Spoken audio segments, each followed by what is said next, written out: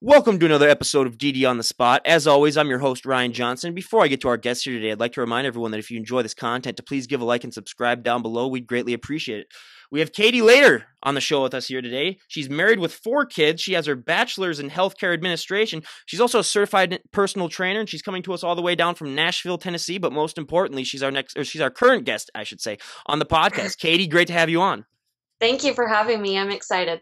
Absolutely. So why don't you give us a little bit of a backstory on what got you inspired to adapt that more healthy and fit lifestyle?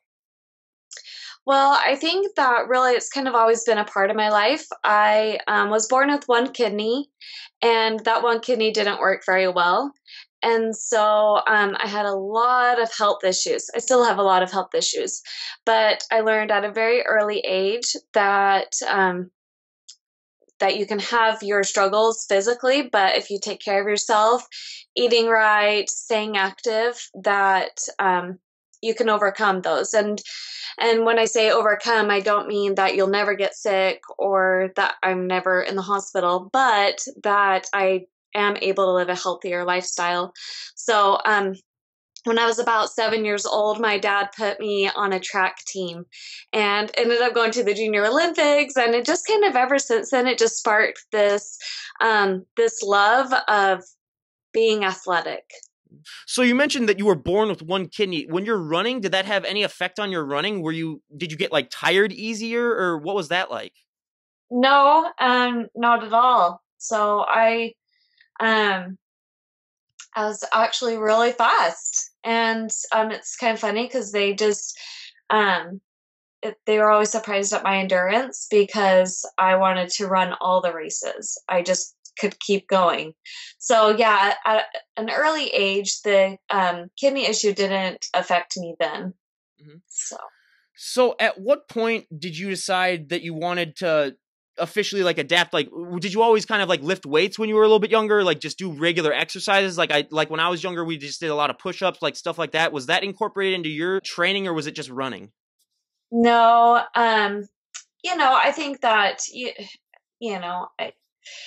those typical things, push-ups, things like that, of course were incorporated, but the actual weight training didn't come until after I had my second daughter.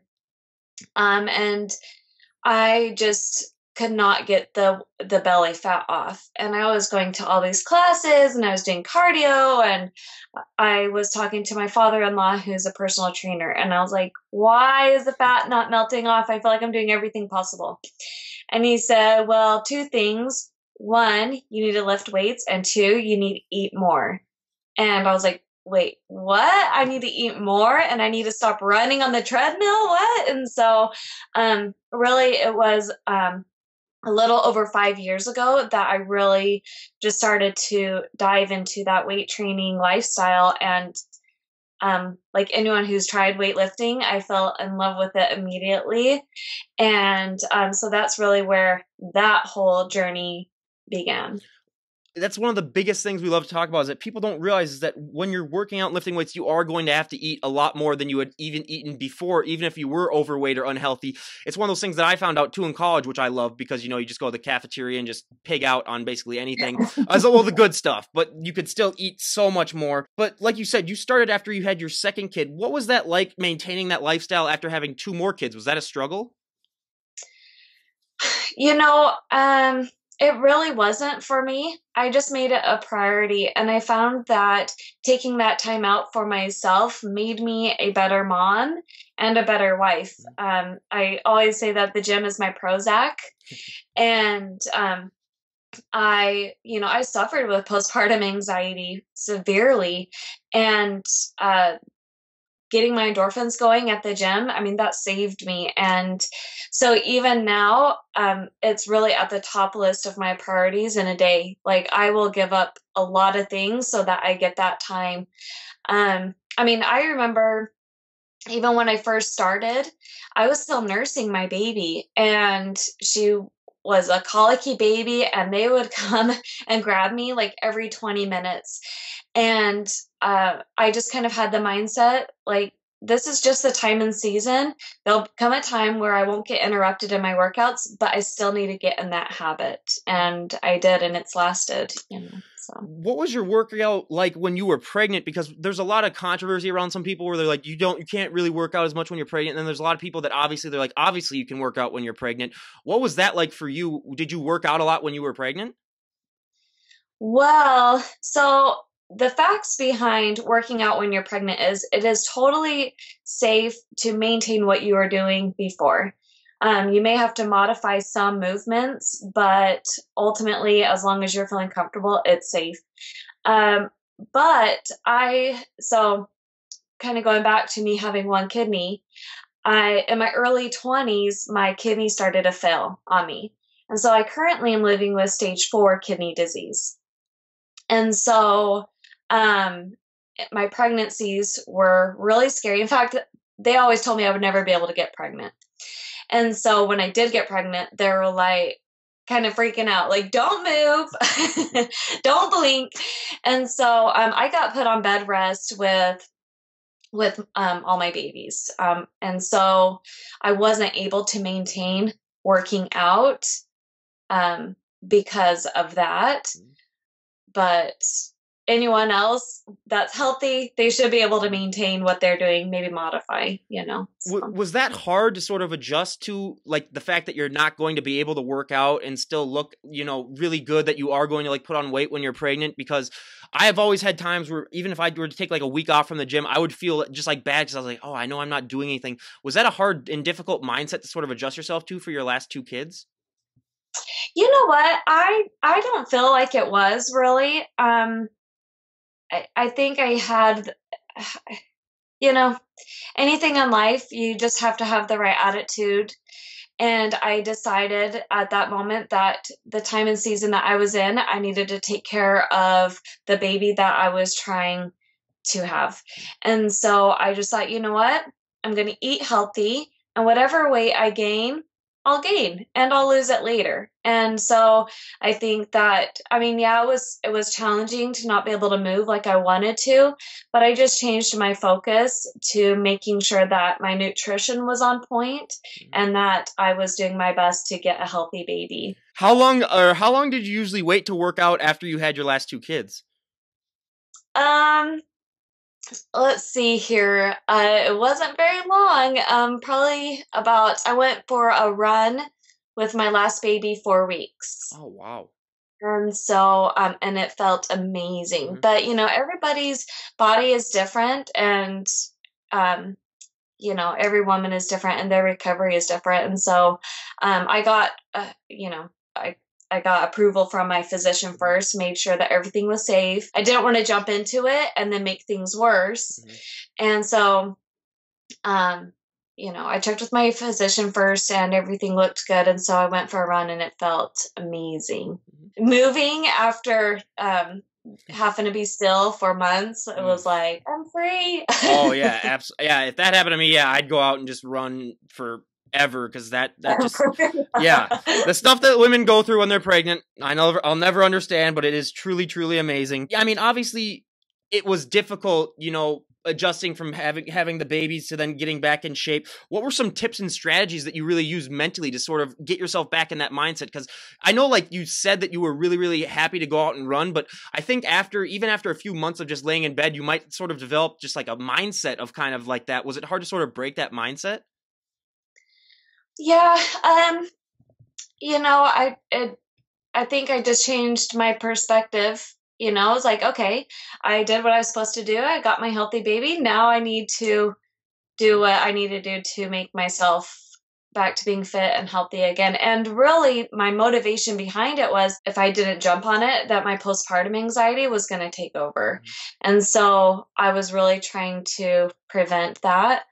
And so I just, take it day by day. I'll admit that I think one of the hardest things about postpartum exercise is that you feel different than you did before you were pregnant. You can't do the same things right before you're pregnant. You can get back there, of course, but right after those first few exercises, it's like, oh wow, my abs are really weak. Oh wow, I haven't moved in a long time, and so I mean, I know women who work out their entire pregnancy and they still feel that way after having their baby. You know, it's just your body makes changes and it's challenging.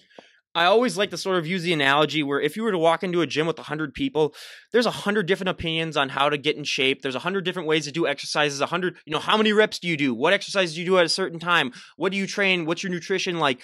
Was that difficult for you when you were first starting out, just lifting weights to sort of figure out what worked best for your body? Because like I say, everyone else has their own way of doing things. Yeah, and you are so right. There are a million different strategies out there. And thankfully, I had a really good coach to begin with. And he always taught me just feel it. And so I would lift to feel. And if I wasn't feeling it, I would either slow down or I would give myself more weight. And that's what I went for, was to make sure that I was feeling it. And I mean, that's what I still do today. If it's not cramping or burning, I'm not doing it right. When you started out, did you find that your body adjusted really, really quickly to working out, or did it take some time? No, I feel like it adjusted pretty quickly. You know, your muscles have memory.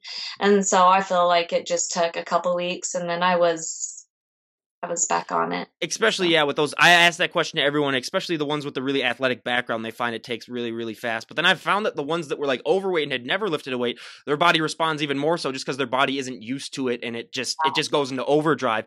But one of the things Mhm. that I always like to talk about too is like beginner gains. And if people out there who don't know what that is, it's basically when you start working out, even if you already had like a fit lifestyle before, when it came, like especially like hers with running, but when you start working out, your body adjust a lot quicker than it normally would, because it is, like I mentioned before, a new thing. So you start, you put on muscle or you put on weight a little bit easier, but then as your body sort of gets used to the routine, it slows down a little bit. You're still making progress, but it's not as rapid as it was in the beginning. Did you suffer from that? And if you did, how did you sort of like mentally overcome the fact that I am going to have to work out and the results might not come as easy as they were at first?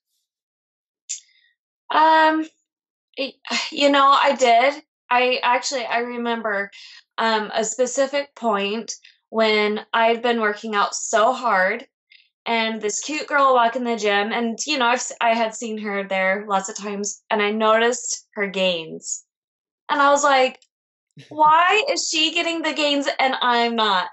And it was at that point that I was like, wait a second, I need to stop comparing myself to her. We're different ages, we have different body types. She doesn't have kids, I do. Like, there's 100 things that differ from me to her and from me to anyone else. And so at that moment, I just decided, you know what? I'm going to stop with the comparison of other people and compare myself to me.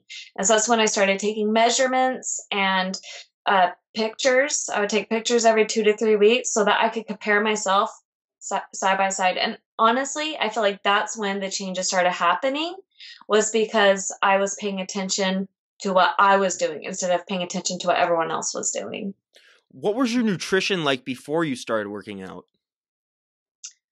Uh, Honestly, it wasn't enough. I was lucky if I was getting 1,000 calories, and I just wasn't eating healthy. I would like have a bag of chips for a snack, or I just ate whatever I felt like eating. And then when my father-in-law said, you need to eat more, I was like, more of what? And he was like, of everything. And so I started with protein, because I feel like everybody struggles getting their protein in. Mhm. And I still struggle getting with my protein in. And so I just started, okay, I'm going to focus on getting more protein in, good, lean protein in. And and so I feel like that is really when the changes really started happening, was when my nutrition was on point with my workouts. Was it hard at first to sort of convince yourself to eat more? Because we have some guests on here that talk about, like they're so used to eating this certain amount that eating more just felt sort of wrong for them. Was that an adjustment that you had to make?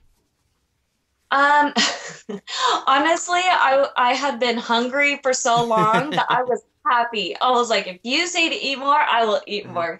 No, but it is true that there's this mental block, and society tells us, I mean, there's even certain apps out there. I'm not going to call them out or anything, but there's certain apps out there that you say you want to lose a certain weight and they immediately drop you down to 1,200 calories. And I've helped women lose weight on 1,800 calories, and they struggled eating that much. They're like, they just have this mental block because society tells you you have to eat less to lose it. When ultimately you just got to eat more of the right things instead Absolutely. And then one of my probably my biggest pet peeve is if you go online and you try to do like your BMI online, do not ever do that, anyone, because like for me, I'm 6'3", 205 pounds, and that will tell me that I'm overweight on the line, but I have my sweatshirt on now, but trust me, like I am not overweight at all. Like I work out a lot. So like I always tell people, I was like, if you're doing your BMI, do not do it online. Just get tested maybe by someone that like actually knows what they're doing when they measure things, because you could have like a bodybuilder who's like 6 feet tall, like 240 pounds, and they'll say like, oh, this guy's severely obese. He needs to like get help. And it's like, no, it's just it's all muscle, everyone. And the biggest myth I think that I love to bust on this show, it's gotten a lot better, I'd say, the last 5 years with Instagram, and it's really been encouraging, but I mean, with women especially, there's still this fear among a lot of women where if they touch one weight, they're just going to hulk out and turn to The Rock overnight. They're just going to get super huge. Did you have that fear when you were starting out? And if so, how did you deal with it? And not, being a personal trainer, if you have clients, which I'm sure you probably have, come up to you and say like, oh, I don't want to get so big, I don't want to get so huge. What is your main response to that? Well, first of all, it takes testosterone to gain muscle. Men who have testosterone still struggle gaining muscle. So as women who don't have as much testosterone, it is really tough to bulk up. It's nearly impossible. You're going to need supplements. I mean, you're going to need extra help to bulk up. And but if you have a great nutrition plan and your diet's on point and you lift those weights, you're just going to simply tone up. Your body is going to take shape in a beautiful feminine way. And I don't know, personally, I just think muscles are beautiful. We're going to dispel this myth in 5 seconds. Can you give us a flex real quick? And I was going to say, does she look like Dwayne "The Rock" Johnson? Does she look like Hulk Hogan? Yeah, exactly, everyone. Look at that. And she's been working out for how many years? I always say that. When we have our guests on here, and some when they do that, I'm like, none of them ever look like The Rock or Hulk Hogan. It's just, it's ridiculous. And I always tell the story of, and when I was in college, one of my good friends, that's when I really started working out a lot, and she would always say, like, I really kind of want to go with you, but I'm afraid I'll get, like, too big. I don't want to get, like, super bulky. And this went on for probably, like, 6 months, and then finally I kind of just snapped one night, and I said, look, the purse that you carry when we go out to, like, clubs or we go out to have dinner or whatever weighs more than a lot of the dumbbells in the gym, and you're not gaining any weight or muscle from carrying that around all the time. And she's like, oh, yeah, you're right. So then she finally went to the gym, and like I always tell everyone, it's like anything that you do in life. Once you finally, like, overcome the fear of just walking in there, and once you touch that first weight, all the fear really goes away. It's just one of those things where as soon as you try it and start doing it, it's done. And then another big fear that I love to bust is that everyone, or especially women too, also say that like they're afraid that there's like these 400-pound just huge dudes in the gym that are just going to like taunt them or make them feel uncomfortable in the gym. And then I always respond to that. I say, that's probably like 0.5% of the guys that are in there, and the guys that do that are just, you'll find that anywhere in society, but 99.99% of the people in the gym do not even care that you exist because they're too busy focusing on what they're doing. So it's what I always tell them, and it's just I love busting those myths because it's ridiculous, and it has gotten a lot better, but it still needs work and improving. So at what point did you decide that you wanted to become a personal trainer and help out others? I think the point happened when, let's see, it was probably about 2 years ago. No, longer than that. I don't know. 3 years ago, 2 or 3 years ago. And I started, my friends were seeing results in me. And so they were asking, hey, can I come work out with you? And I was like, yeah, that's great. So they'd come work out with me, and I was helping them with their form and teaching them exercises, and then seeing them get results, seeing their fat melt away. It was so rewarding for me. And I just thought, you know what? I just need to do this. I need to get certified and pursue that dream, make myself a little bit more legit to help people. So what is probably the biggest excuse that you usually hear from potential clients or people that you talk to about not wanting to adapt a healthy and fit lifestyle? Oh, gracious. I think obviously the biggest one I think is time. Hmm. And ultimately, we just give priority to what we feel is most important. And so you have to evaluate, is my health important? And if it is, then you make that time to be healthy. And here's the thing is that healthy looks different on everybody, right? I mean, there's power lifters out there that are overweight, but that are crazy strong and they're crazy fit. And kudos to them. Healthy just looks different on everybody. And so, I don't think that you have to be a lean machine to be 100% fit. But I do think that, not I think, I know that taking your health seriously and making that a priority is essential. And really to help others or to help your family be a more effective parent, brother, sister, friend, whatever it is, you have to put yourself first. It's like the analogy with the airplane. Hmm. Right? They always tell you to put your own oxygen mask on first before you help others. Hmm. And it's the same thing with your health, that you have to eat right, take time out for yourself to just get moving. Even if it's only 10 minutes a day, just get moving, put your oxygen mask on, and you will be way more effective to help others. Absolutely, I couldn't agree more. And probably the one question that I want to ask you more than anything else is because even I struggle sometimes when it comes to finding time to get workouts in, when it comes to me working or doing this podcast, doing other things. But you having 4 kids, and we kind of talked before, like you homeschool one kid, you seem to have like so much stuff to do. How do you prioritize getting that workout in, being so busy? Because we've had someone on here who had 1 kid, and that just seemed like tough enough. And my mom had 3 kids, and it seemed like she didn't have any time. You have 4. How do you figure that out? Well, I have a great gym who has good childcare. Mm-hmm. And so, and then I'm a big planner. And so, and we start our day early. We go to bed early and we start our day early. And we, I have my whole day planned out. And sometimes it doesn't go as planned, but that gym time will always happen.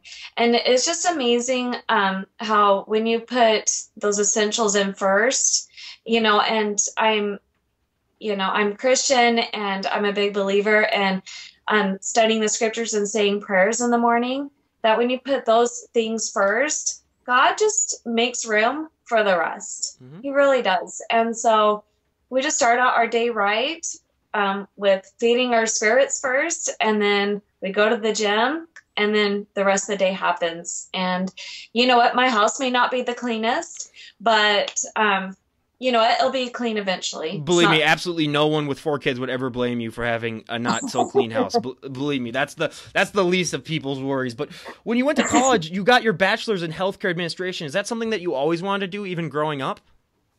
No, I honestly, I didn't know what I wanted to do when I grew up. I had no clue. And my mom is the chief nursing officer of a hospital. So she's in healthcare administration. And I just thought, you know what? I'll just start going in that direction. And so, the subjects to study in that fascinated me. And so I studied that. And actually then when I graduated, I went into marketing. Oh, wow. So yeah, my internship was doing marketing with a hospital. And so, so it's just kind of funny how life leads you. And then I became a stay-at-home mom after about 3 years being in the marketing field. And that's been so fulfilling and wonderful. And that's why I love the personal training thing, because it helps me help other people and still be able to get to do the things at home that I enjoy doing. Absolutely. And what would you say is the most interesting fact or most surprising fact that you learned when you were studying for healthcare administration? What surprised you the most when you were doing your research? Oh, heavens. Let's see here. Something that surprised me the most. You know what? Something that actually kind of surprised me is how one thing that stuck out was how long it takes to make something a habit, to sustain it. And, they always say, oh, you just have to do it a certain number of times. But they did a study that actually takes 6 months of being consistent in that habit of whatever that may be. And I remember learning that wow, that's kind of a long time, but that once you reach that 6 months, that you no longer have to think about it anymore. And so as I've applied that with motherhood or working out, I just think, hey, this is going to be hard for 6 months, and then it's just going to become something natural in my life. So I think that was something that was surprising for me. So everyone out there, if you're starting something new, make sure to mark your calendar for 6 months exactly, and then you can stop worrying about it. No, I'm kidding. But just make sure, just make sure, like everyone seems to want the quick fix these days. Everyone just wants it right now, but everything, you got to realize it takes time, especially for your body to adjust to things, for your mind to adjust to things. So it takes time. So everyone out there, just be a little bit more patient. Now, you are married, and being the hopeless romantic that I am, I always like to ask our guests that are married or in relationships these 3 questions. So for our first question, how did you and your husband meet? So if you were to ask my husband that, he would say we met at Thanksgiving, because he thinks that's so funny. But he grew up with my cousin down in Texas, and they came up to Idaho and had Thanksgiving at my grandma's, and so we met there. And where did you guys go on your first date? Well, our first date was horrible and wonderful all at the same time. Our first date, I had braces at the time, and he took me out for a steak. Ooh. And anyone who has braces knows that is really hard to eat. So I was like not eating because I was like, I'm going to get food in my teeth for sure. And I wasn't talking either because I was working so hard on that steak. And then we went back to his apartment, and he blindfolded me. And I was like, well, he's either going to off me or he's doing something really romantic, So, he was lucky that he grew up with my cousin, because then I trusted him. But he blindfolded me and drove me somewhere, and it was on top of a cliff in St. George. I know. But it had a beautiful view, and he put a love sack in the back of his truck, and he had like a whole song playlist for us. And I have green eyes, and so it was kind of funny because we're laying on the love sack and we're talking and looking at the stars, and he's like, okay, hang on for 1 second. So he reaches up and he goes to his iPod, and he fast forwards it to the song Green Eyes by Coldplay. Oh, yep. And then he kissed me. Oh, so that was the song he was planning on kissing me to, but apparently the songs weren't going fast enough, so he had to fast forward it. Do you ever think that maybe he was testing you by taking you out for steak on your first date, knowing that you had braces? Maybe it was some test. I don't know. I've never told this story, but I'll tell this story now because it brought up sort of embarrassing first dates, because my parents, in my opinion, have one that almost takes the cake. My parents met on a blind date set up by 2 friends that they both knew in college. They met at an amusement park about 2 miles away from where we currently live now, and my dad forgot his money, so my mom had to pay for the tickets to get in there. He forgot his wallet, and then he threw up on a roller coaster. Not on her, but he threw up like on the side. And my mom still agreed to go on a second date with him because she said that he was really, really nice. So, like, I don't know what cosmic activity happened so that she still wanted to go out with him a second time, but I thank the Lord that they decided to go on a second time. I would have never been born, but it's just one of those things where you're like, how desperate was my mom back then if she was still willing to go out? We always decided to sort of make that joke with her, but it's definitely, I mean, that's why I'm a huge sucker for those stories, because I grew up listening to that one all the time. And then lastly, how did he propose to you? Oh my goodness, you don't want to hear that story. He it's actually kind of funny because we were at my grandparents' house on an island in South Carolina. And it's like one of the most romantic places. I mean, you've seen The Notebook, right? Mm-hmm. That was filmed in that area. I mean, these beautiful trees with moss. Well, I was upstairs in my grandma's house, and I had just gotten off the phone with an ex-boyfriend. He's going to kill me for telling this story. I just gotten off the phone with an ex-boyfriend. And he decided in that moment, after I got off the phone, that he should propose to me up in the upstairs of my grandma's house. And it's like, we could have gone anywhere. My grandparents live on the water. Mm-hmm. So anyway, but you know what? one thing that I learned through that experience and through many experiences is that it's not about a ring, Mhm. it's not about the romance, it's about the person, you know? And so even though it was like the least romantic way that he could have asked me, um, he was the one. So there was no way I was going to say no to that. Well, and from the first date to the proposal, at least it seems like he's very full of surprises, so it keeps you interested. He's going to do stuff at the most random moment, so that really keeps things interested. And I think that's definitely a good quality to have, actually, in my personal opinion. But now we go to our audience favorite and my personal favorite part of the podcast, a little questionnaire that I like to do where I'm going to ask Katie here about a dozen or so questions and see how she stacks up to everyone, sort of more of a getting to know you. So our first question, at the moment, what is your go-to workout song? Ooh, my go-to workout song. I think it's going to have to be I'm cheesy, I know. The Greatest Showman, the theme song. I love I it. have never heard that, but everyone's been raving about it, so I definitely should go and check it Oh, out. you have to. It makes you want to dance. And honestly, any song that makes you want to dance is going to be a favorite. So, Obviously. Me, personally, I'm more of an old school where I gotta have, like, my Metallica or any of that heavy stuff on, but I'm one of those guys where I have a gym at home that I work out at mainly, but sometimes when I go to regular gyms, I gotta wait. So, like, if I'm doing lat pull-downs, I gotta wait for the beat to drop before I go down. So sometimes people yeah. at the gym will be like, what is this guy doing, like, staying like that for, like, 20 seconds? It's like, is that a workout? But then I gotta wait. I got my headphones and I gotta wait for the beat to drop. So that's me. I do like to mix it up. Like, any 80s songs, too, I'll probably play just because they're a lot more upbeat, and I really love to work out to those. But for our second question, out of all the celebrities on the planet, if you could work out with any celebrity, who would it be? Oh my goodness, seriously?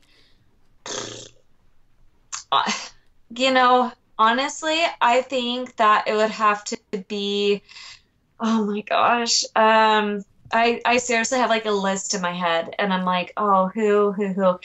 You can do like your top whatever if you have a list. I think, honestly, I think it would have to be Dwayne Johnson. Yep. I think he just seems like so down to earth and so fun, but also I feel like he would kick my trash in the gym and it would be epic. I think that would be so fun. I gotta say, you're our 34th health and fitness guest, and Dwayne The Rock Johnson has been the answer 28 of the 34 times for that question. He is by far the most popular. Like, the only other ones that we've had are like Arnold Schwarzenegger and Sylvester Stallone was another one, and then we had a girl from Boston who then obviously said Mark Wahlberg, which was to be expected. But then we had a couple others, like Paige Hathaway was a girl that we had, and then I forgot what the other girl was, because we had two guests from Australia, and one of them had an Australian as the person that they'd work out with. But yeah, Dwayne The Rock Johnson, super motivational. How that guy stays fit and still does all those movies and all the work that he does. I mean, his workouts are insane too. Like, I follow him on Instagram and he just eats so much asparagus. I could never keep up with him personally, but yeah, huge inspiration to basically anyone. But now for our third question, out of all the celebrities on the planet, if you could train any one of them, who would it be? Oh my goodness. Oh man. Actually, you know who it would be? But I don't know, I can't think of her actual name. But Kate from This Is Us. Do you ever watch This Is Us? Okay, literally last night, my brother, who doesn't live at home anymore, but he came back home to eat dinner with us, he was just talking to my parents who watched that show, and he's like, yeah, that's like one of it might be my favorite show of all time. Like, he absolutely loves it, but I have never seen it, but I definitely need to give it a watch, because everyone that I know has just been raving about it. Yeah. Oh, it's so good. It'll make you cry. Mm-hmm. And Kate is a character on there who's overweight, but she like just seems like just so sweet. I think I would love to train her just to simply be around her, Yeah. you know. Absolutely. My personal answer would always be, it's one of our favorite answers, or probably our most popular, is Kevin Hart, just because, I mean, that alone, I mean, we wouldn't be able to get a workout in because he'd just be so funny, but I always say Yes. we'd get a heck of an ab workout in just from all the laughs. So that would be the most important thing. Kevin Hart is actually on my list of people I would want to train with. Mhm. Yeah. So, And plus, but if he was back talking to me, I always had the thing where I'm 6'3", and I just be like, Kevin, look at you and look at me. Just come on, Kevin. Come on. Yeah. So yeah, that would be my one insult, but yeah, he'd be way too funny. So for our fourth question, what is one item that you always need to have in your fridge? Oh, I would have to say cottage cheese. Ooh. Yeah, our grocery store has these little cups of cottage cheese, and they're 19 grams of protein and like 2 grams of fat and like 5 grams of carbs. And so I eat one every night, and I actually replaced my ice cream with that. And so I look forward to it every night because I that was like one of my biggest habits was having ice cream right before bed, and I've replaced it with the cottage cheese, and it's something that particular like in the little cup for some reason it's just a little bit more creamy. It's really good. Oh, So, where does the protein come from in the cottage cheese? Do you know? well, it's a dairy, Oh, so oh, it's protein that takes longer to metabolize. oh, yep. So, I can't think of the specific Yeah. protein right now on top of my head, but I it's was good. gonna say because usually when you think of like dairy or even like a vegetable or fruit, you don't really think of protein too much when it comes to like the fruit or vegetable part, which cottage cheese can be. So that's why I was asking. I was like, oh wow, that has that many grams of protein. But yeah, Wow. for me personally, it's just got to be like milk or chicken or something like that. I mean, that's just my go-to. What is one thing that people who would follow you on Instagram would be surprised to know if they met you in person? Um,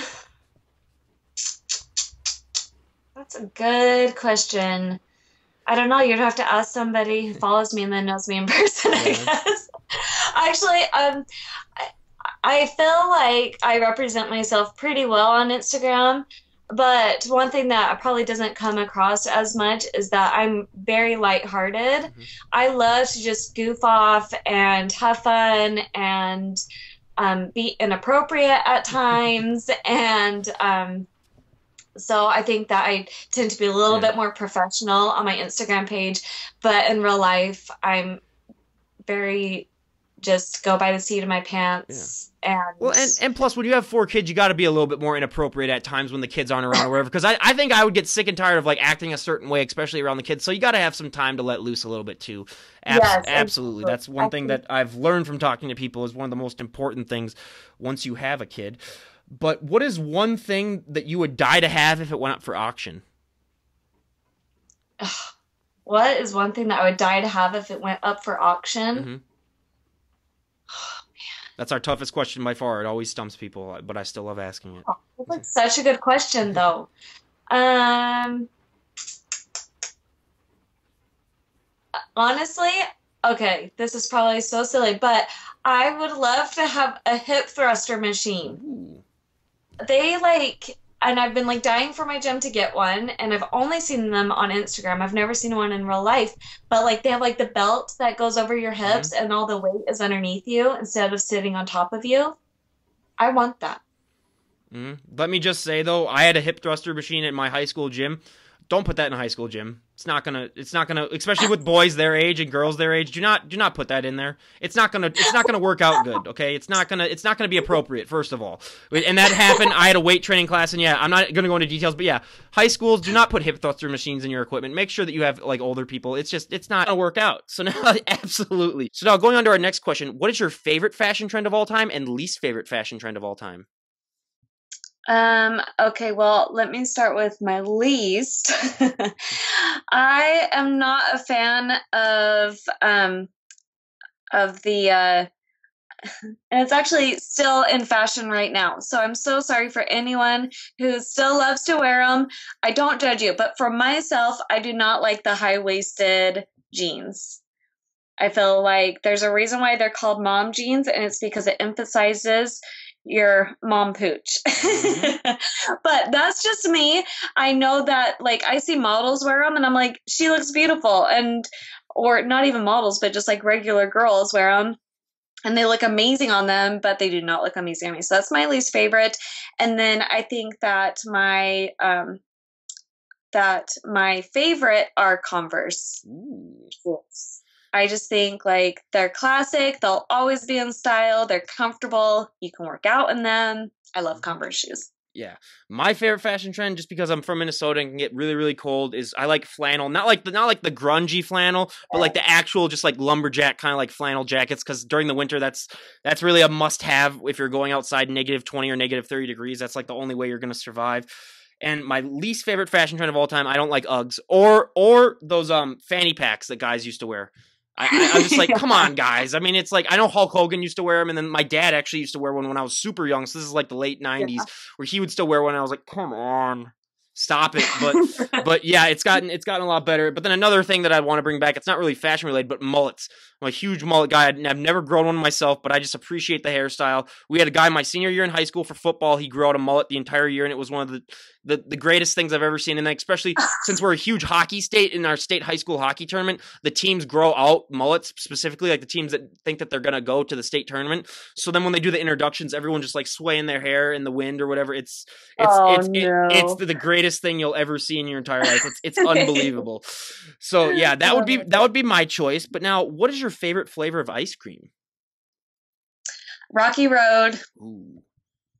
100%. Me, I got to go with the chocolate chip cookie dough. If I go to DQ and get one of those, I mean, I try to go like once a month to get them just because it's like a treat for me. But yeah, if you give me one of those, yeah, I'm set for the rest of the night. Like I don't have anything else to do. I'm good with my cookie dough blizzard. But what was the last TV show that you binge watched? Binged watched. Well, I don't really get to binge watch very often, but probably last time I binge watched was when I was on bed rest with my last baby, and I binge watched Gilmore Girls. Ooh. I've never seen it before, but I've heard it's really, really good. The last TV show I binge watched was The Man in the High Castle, literally last weekend, and it was I didn't really enjoy it. It wasn't that good. But what is your favorite TV show of all time? Oh my gosh! Oh, there's so many good ones. Currently, it's This Is Us. Mm-hmm. It's just so good. Yeah. It's just so good. And then like a classic from just always, I can always just turn it on when I'm doing laundry and it never fails me, is Friends. I'm typical. Thank you for bringing that up because I've announced this many, many times, but it has now just basically been confirmed last night. I had to stay up till 3 a.m. to get a hold of her and talk to her. But if you remember on Friends, the lady that played Ross's first wife, the lesbian Carol, she is coming on the podcast because she has a charity that she's launching, and I've been emailing her and saying, "Hey, I know you're doing this charity," and she also does like this hands thing where it's something that we'll definitely find out more about. I'll send you the link for the podcast, but yep, she will be coming on. And I told her, I said, "You do realize that half my questions are going to be Friends questions, though?" And she said, "Oh yeah, I get that all the time. No worries." So it's happening like November 13th, I think the date is. But now what I've been doing for every day since then, I'm going to come up with a separate question, a Friends related question to ask, and then like pick my 20 best ones and then just pound her with those Friends questions. And then we'll talk about her charity and everything like that. But I'm so excited to have her on. I'm going to ask her all the things and get all the background info. So I'm going to send that to like everyone that I've had on the podcast, because everyone that I've told is like, yeah, you got to send me that. That's one of the things that I'd want to see. So we are having her on. Her name's Jane Sibbett, and she's going to be, I think it's going to be a really, really great show. So I'll definitely send you the link for that. My favorite TV show it's a tie between Friends and The Office. I mean, it depends on the day. If you ask me what my favorite one is, it could change, but both of those are TV shows that you can watch, anytime, still feel it. Now, what is your guilty pleasure movie that you enjoy? I'm getting vulnerable here.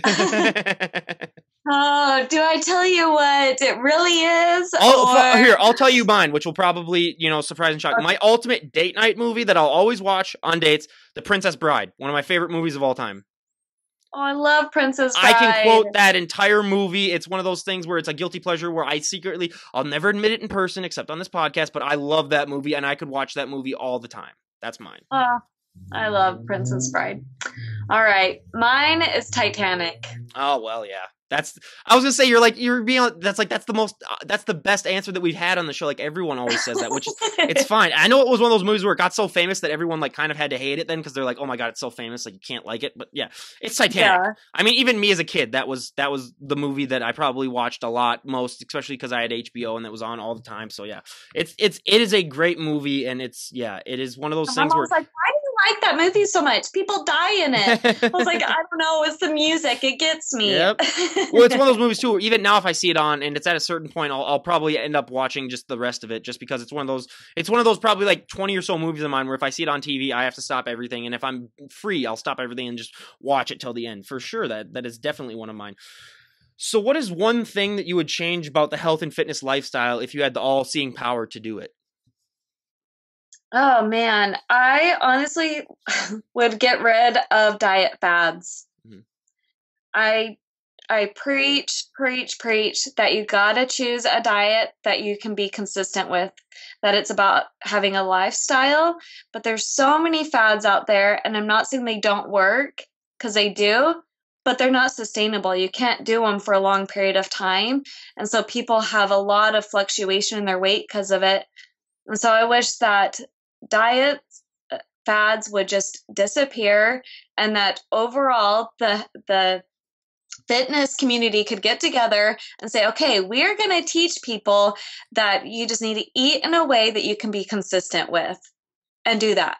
And you'll lose the weight and you'll keep the weight off. That's, you got me on a soapbox there.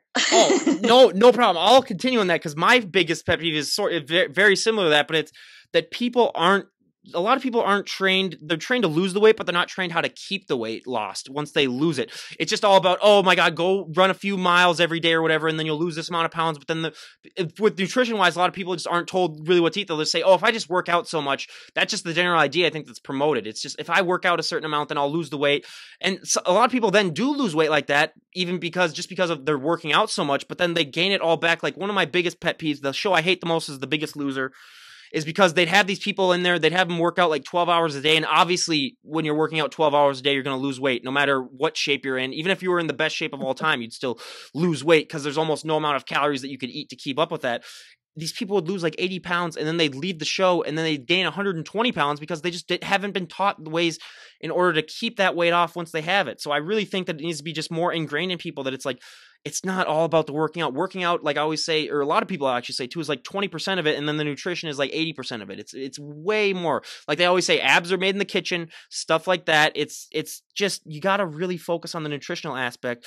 And another question that I love to ask, especially moms or people with kids, is that, do you find it hard knowing that, I mean, you have your own separate type of nutrition, but kids are going to be kids. Like kids eat pizza, kids eat corn dogs, they eat all of that stuff. Is it hard for you to sort of not be tempted to sort of every once in a while just have a slice of pizza, or just, have one of their pizzas? Is that a challenge for you? No, because I just eat it. Oh, okay. I just do it. Yeah. I'm like, if they're pizza, because I'm pretty much a short order cook, so it's just, if I'm making them pizza and it looks good, then I have a slice. And I just feel like, kind of back to what I was saying about nutrition being consistent is, it's also about balance. And I don't deprive myself of anything. I try to slowly replace unhealthy foods with healthy. But, if a hamburger just sounds amazing to me, I'm going to do it. But I don't do it all the time. And usually when I do eat that piece of pizza of, the kids or whatever, I'm like, oh, it's not even that good. It doesn't even taste good to you anymore. It's just funny how your body craves what you give it. And so if you are giving your body good food, it craves good food. Or and goes vice versa. If you're giving it junk food, it's going to crave junk food. So what is one thing that you find funny that most people don't? Myself. No.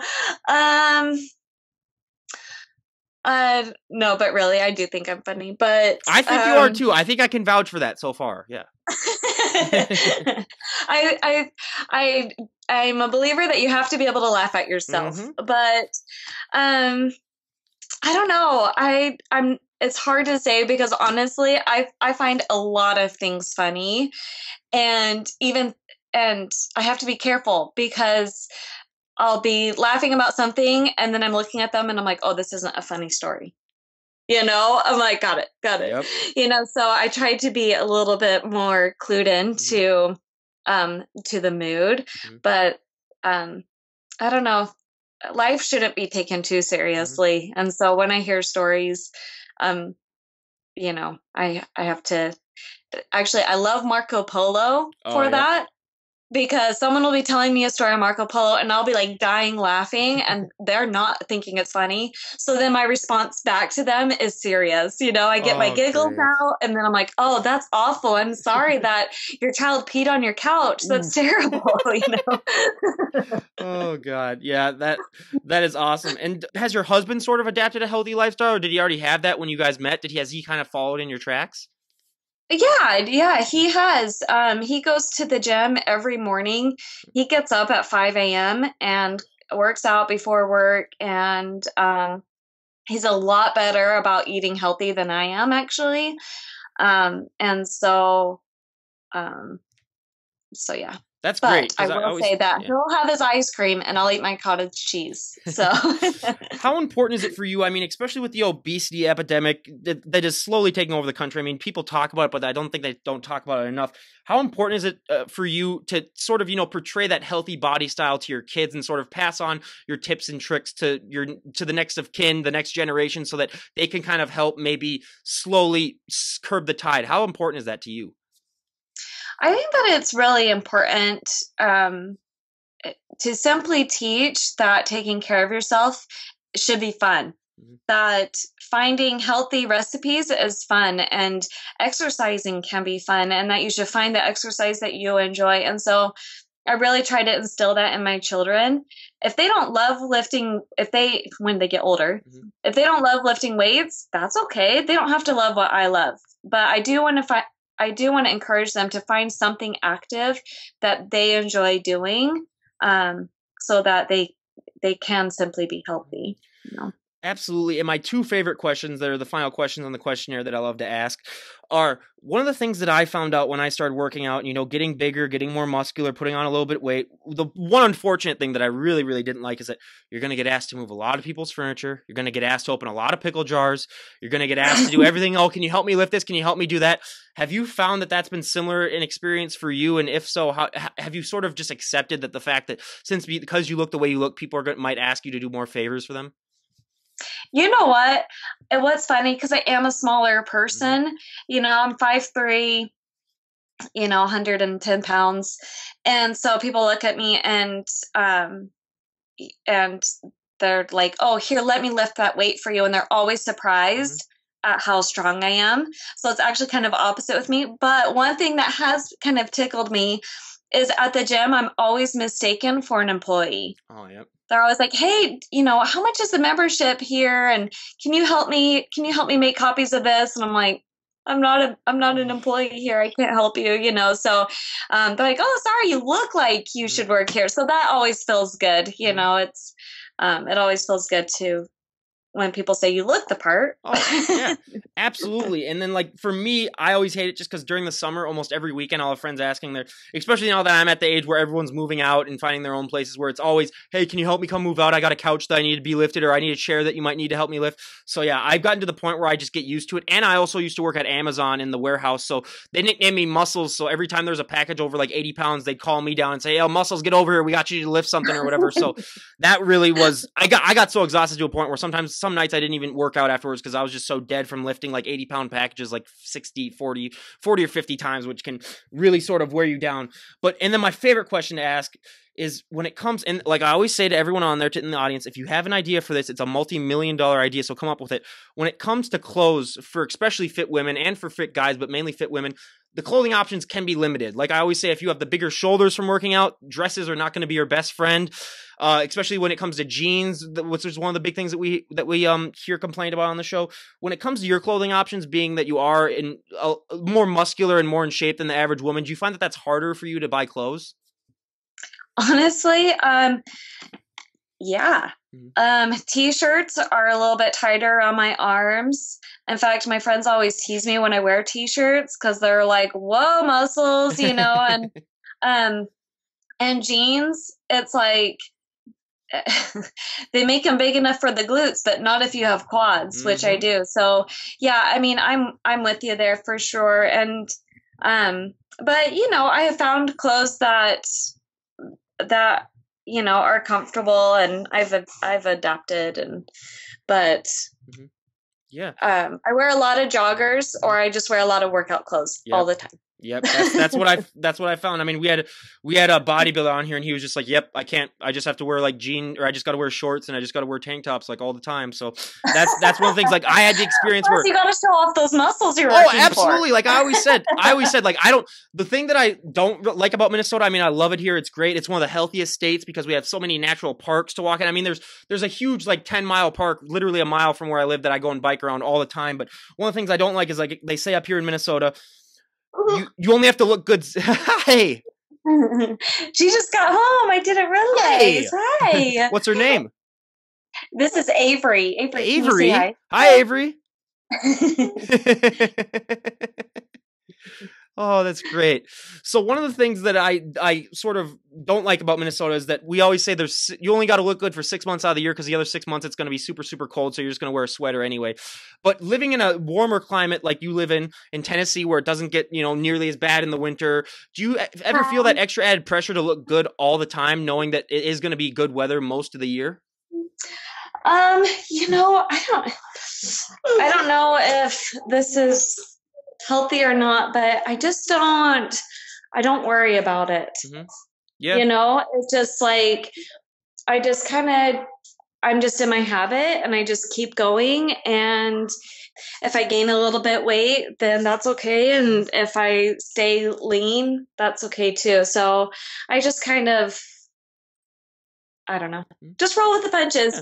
For me, exercising and eating right it's fun for me. Mm-hmm. It's my lifestyle, and I don't do it to fit in particular clothes, or I don't do it for attention or for my husband. I do it because I genuinely love it. And so I just don't sweat about whether I'm losing or gaining or whatnot. It's just part of the journey, So. Like I always say, when everyone says like they don't do it for their husband, he gets to reap the benefits though. So that's one of the pluses that he has. Yeah, absolutely. So I have two questions here before I'll wrap things up here. Two final questions that I'll have to ask. If you could go back and talk to the 18-year-old version of yourself, what would be the best piece of advice you would give her? Oh man, I would tell her to lift some weights. Yep. I would tell her to step out of her comfort zone and step out of the aerobics class and step into the weight room. Mm-hmm. That's what I would tell her. So, yeah. And then I would also tell her that that she was enough, regardless of the fat she had or the lack of glutes that she had or whatever, that her worth doesn't come from her physical appearance. So. Well, I actually thought of another question before I go to my final question that I always like to ask. If someone on here is listening who also suffers from having one kidney, which obviously there's probably got to be a good amount of people that have that, what would be your best piece of advice for them when it comes to adapting a fit lifestyle? Is there a separate bit of advice or tip that you would give them specifically? Yeah. You can have one kidney and it be perfectly healthy. There's a lot of people out there that have one kidney and don't even know it. But people with kidney disease, I would just say, just make sure that you're staying in touch with your nephrologist, because, I want to keep up with my neighbor who can eat 175 grams of protein, but really I can't. That's not what's healthy for me. And so when I say that I just am trying to live a healthy lifestyle, I have to remember I'm living a healthy lifestyle. I'm not trying to do what my neighbor is doing. And so, I would just make sure that you follow your physician's advice and then do your best. And whatever that is, that's perfect, Mm-hmm. And then lastly, for all the mothers out there, being a mother is a tough enough job in and of itself. What is your best piece of advice for mothers who want to sort of adapt that more healthy and fit lifestyle, who still have to deal with, raising the kids and doing all of that stuff, which is just, in and of itself, it is tough enough. What is your best piece of advice for them? Well, a common thing that I hear is that they feel like they're taking away from their kids by going to the gym. They have this mommy guilt. And so my advice is, do not feel mommy guilt for taking time out to exercise. The benefits that come from that exercise will spill over to the kids. And I am a much happier, more energetic mom when I just spend that hour in the gym. Mm-hmm. And they have a great time in the childcare. Mm-hmm. It's fun for them and it's fun for me. And, so that's what I would say is don't let yourself get mommy guilt. Just do you. And I just thought of one last question. There's always been a debate sort of when to have kids sort of start weightlifting. What would be the age that you're probably thinking about introducing weightlifting to your kids if they want to? That's a really good question. Um, Honestly, I think that's a personal Mm-hmm. preference. Really, in youth athletics, it's about making sure about posture and then enhancing whatever sports they are in. But we have some free weights Mm-hmm. at home, and so I kind of will teach about bicep curls or things like that. Or when I pull out my resistant bands, my little girls want to play with them too. So I think technically, I guess they're learning a little bit about resistance training Yeah. even at a early age, but I think it's just a personal Well, preference and at the absolutely, and point. like I always say, body weight exercises too, you can always do basically at any age, which are Yeah, fine for them. So I always for, say, do for that. sure. Yeah, absolutely. So, I mean, I can remember this. I remember being 3 years old and my dad teaching me how to do a push up. I can remember that. And my husband's like, "How do you remember that?" I'm like, "Oh, I remember. I remember learning it." So maybe I was 4, but it was 3 or 4 that I remember my dad teaching me how to do push-ups. And I can do push-ups now. I'm good at push-ups. the I gotta I owe say, that to my dad. I gotta say, the most amazing video I've ever seen. Someone sent me a YouTube video who I know. It was a 16-month-old baby doing an actual pull up and like doing an actual one, like unassisted, anything like that. It's one of the strangest things you will ever see. I was just so impressed. But yeah, like I always said, it was so great having you on the show. Everyone go and follow her on Instagram. I'll leave all the links down below. Are there any other ways that people could get a hold of you if they're looking for like personal training or other tips and advice other than Instagram? Sure. I mean, yeah, obviously they can always message me on Mm-hmm. Instagram. Or I have my website, which is Mm-hmm. katielaterfitness.com. All right. Yeah, I'll leave a link down below for that. And lastly, is there anyone you'd want to give a shout out to before we wrap things up? Um, I think I should just give a shout out to my husband because he is so supportive Mm-hmm. and he believes in me so much. And, when I said I wanted to become a personal trainer, he didn't say, "Well, gosh, that's going to cost this amount of money. And are you sure that's what you want to do?" He just said, "Great, you'll be awesome at that." And so I think that, he deserves a shout out for being so supportive. Absolutely. And like I said before, everyone go and follow her on Instagram. Especially, I mean, it's just one of the most amazing things seeing her and how she looks after having 4 kids. It is really just truly inspiring, and it will inspire you to get off the couch, stop eating those Twinkies, adapting a more healthy and fit lifestyle. So again, you guys, Katie Later, go and follow her. Links everything down below. You were a great guest. I really, really enjoyed talking to you. It was such a great Oh, I've enjoyed experience. it too. Absolutely. So this is Ryan Johnson, DD on the spot, signing out. Have a great day, everyone.